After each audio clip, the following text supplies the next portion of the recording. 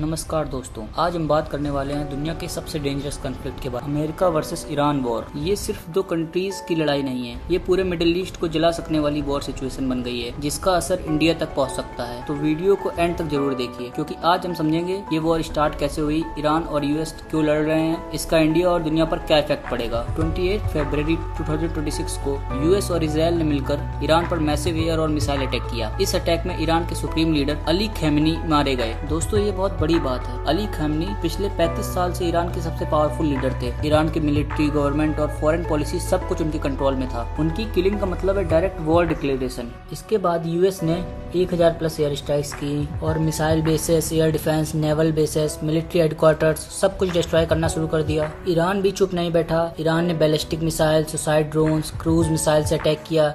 US के military bases पर Qatar, Kuwait और बहराइन में, इजराइल के मेजर सिटीज पर लेबनान से हिजबुल्ला ने इजराइल पर रॉकेट दागे। ये वॉर अब क्यों हुई?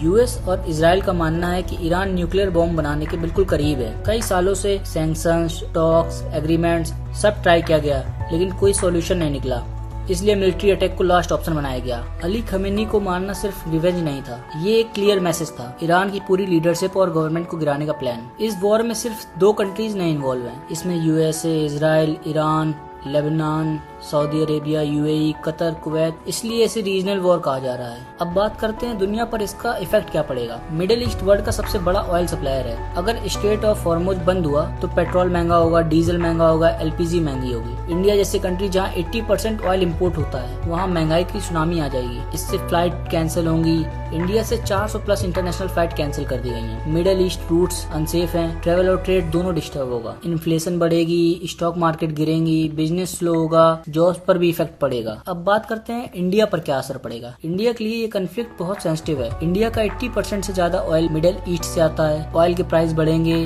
और प्राइस बढ़ने का डायरेक्ट इफेक्ट कॉमन लोगों की जेब पर आएगा। 80 लाख से ज्यादा इंडियंस गल्फ में काम करते हैं। वॉर बढ़ी तो evacuation crisis, jobs loss, safety issues, रूपी पर प्रेशर आएगा, इकोनॉमी पर नेगेटिव इम्पैक्ट होगा। अब आगे क्या होगा? अब आगे दो पॉसिबिलिटीज हैं। अगर ये वॉर शॉर्ट टाइम चली तो कुछ टाइम बाद सब नॉर्मल हो जाएगा, लेकिन अगर वॉर लंबी खिंच गई तो ये सबसे डेंजरस और रियलिस्टिक सिनेरियो होगा। इसमें ईरान, हिजबुल्ला और Iraq militaries versus US, Israel और गल्फ कंट्रीज के बीच वॉर होगा। ग्लोबल ऑयल क्राइसिस आएगा। पेट्रोल 150 से 200 लीटर तक जा सकता है। World wide inflation, massive refugee crisis, terror attacks का रिस्क, ये पूरी दुनिया को हिला देने वाला सिनेरियो होगा। ये वॉर सिर्फ बॉम्ब और मिसाइल्स की नहीं है, ये पावर, ऑयल, रिलीजन और ग्लोबल कंट्रोल की लड़ाई है जिसका असली नुकसान आम लोगों को उठाना पड़ेगा।